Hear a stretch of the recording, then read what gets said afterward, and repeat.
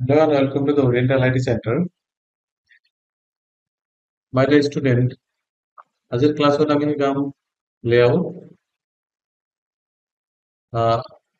সৰি অলৰেডি আমি লাষ্ট ক্লাছত লেআউট শিকাইছো। আজি আমি আৰম্ভ কৰিম ৰেফাৰেন্স টেব। Reference tab. তো ৰেফাৰেন্স টেবত কি আছে? ৰেফাৰেন্স টেবত প্ৰথমত আছে টেবল অফ কন্টেন্ট।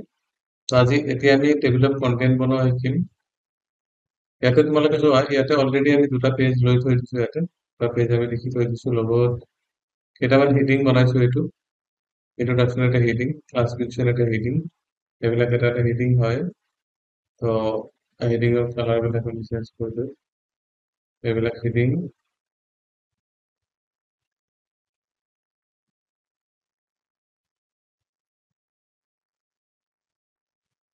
আৰু এইটো এটা হেডিং। এইকেইটা আমি হেডিং লৈছো।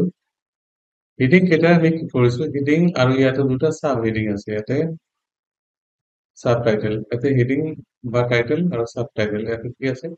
টাইটেল আৰু সাব টাইটেল। ইয়াতে দি আছে হেডিং 1 বা হেডিং 2, নাইবা টাইটেল নাইবা সাব টাইটেল এটা দিব। লগত ইয়াত দুটা আছে, টাইটেল বা সাব টাইটেল। এটা কি কৰিব লাগিব? আমি টেবল অফ কন্টেন্টটো লাগে কি? টেবল অফ কন্টেন্ট মানে কি? আমি এটা যেতিয়া এটা বুক কৰো, বুকৰ ঠিক ফাৰ্ষ্টৰ পেজতে তাতে লিখা থাকে টেবল অফ কন্টেন্ট, অৰ্থাৎ গোটেই বুকত কি কি কন্টেন্ট কোনটো পেজত আছে, কিমান নম্বৰ পেজ আছে, গোটেইখিনি দিবৰ কাৰণে ইউজ কৰো টেবল অফ কন্টেন্ট। এতিয়া টেবল অফ কন্টেন্টটো যিহেতু ফাৰ্ষ্ট পেজত থাকে, গতিকে আমি টেবল অফ কন্টেন্টটো এইটো পেজত লৈ আহিম,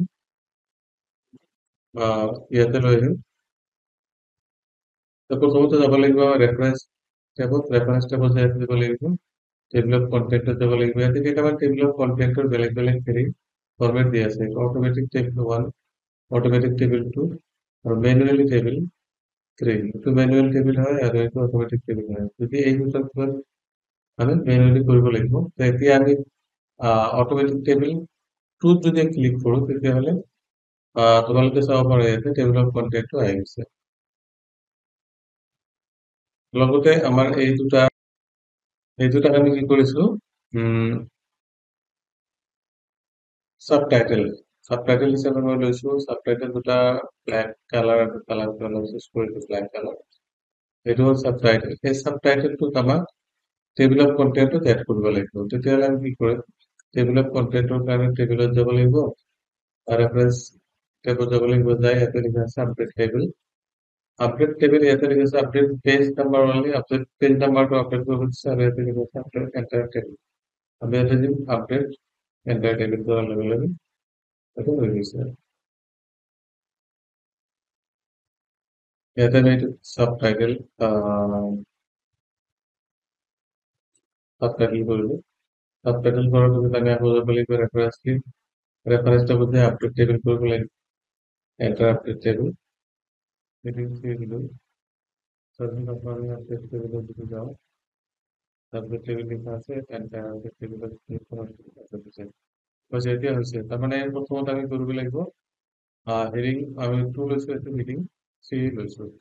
এতিয়া কিন্তু আমাৰ টেবল অফ কন্টেন্টখিনি ৰেডি হৈ গৈছে। যেতিয়া আমাৰ টেবল অফ কন্টেন্টৰ এই টেবল অফ কন্টেন্টৰ মাজত লাগে, তেতিয়া নৰ্মেলি আমি হোম টেবত যাই এইটো চেণ্টাৰ কৰিলে চেণ্টাৰত আহিব। চ' এনেকে এটা টেবল অফ কন্টেন্ট আমি বনাব পাৰোঁ ফ্ৰম ৰেফাৰেন্স টেব।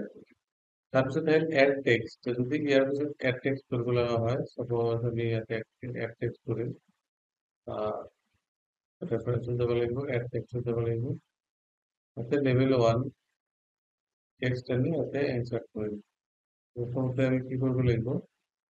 এড টেক্সটত যাই লেভেল 1 আমি দিলোঁ, তাৰপিছত আমি লিখিব লাগিব ইকুৱেল টু, হৈ গ'ল। এই যে প্ৰথম লাইনটো যে আহিছে, এইটো হৈছে আমাৰ এড টেক্সটত যায় লেভেল 1 আৰু লেভেল 2, লেভেল 3। লেভেল 2 আমি দিলোঁ আৰু আৰু হ'ব লাগে লেভেল 3, হৈ গ'ল। লেভেল 3 আমি দিলোঁ। এইটো হৈছে table of content. Table of content আজি ভিডিঅ'খনত আমি টেবল অফ কন্টেন্ট কেনেকৈ ক্ৰিয়েট কৰে, কেনেকৈ টেবল অফ কন্টেন্ট বনাব পাৰি, সেইখিনি চাইছোঁ। চ' Have a nice day. आपको लगता हूँ नेक्स्ट क्लास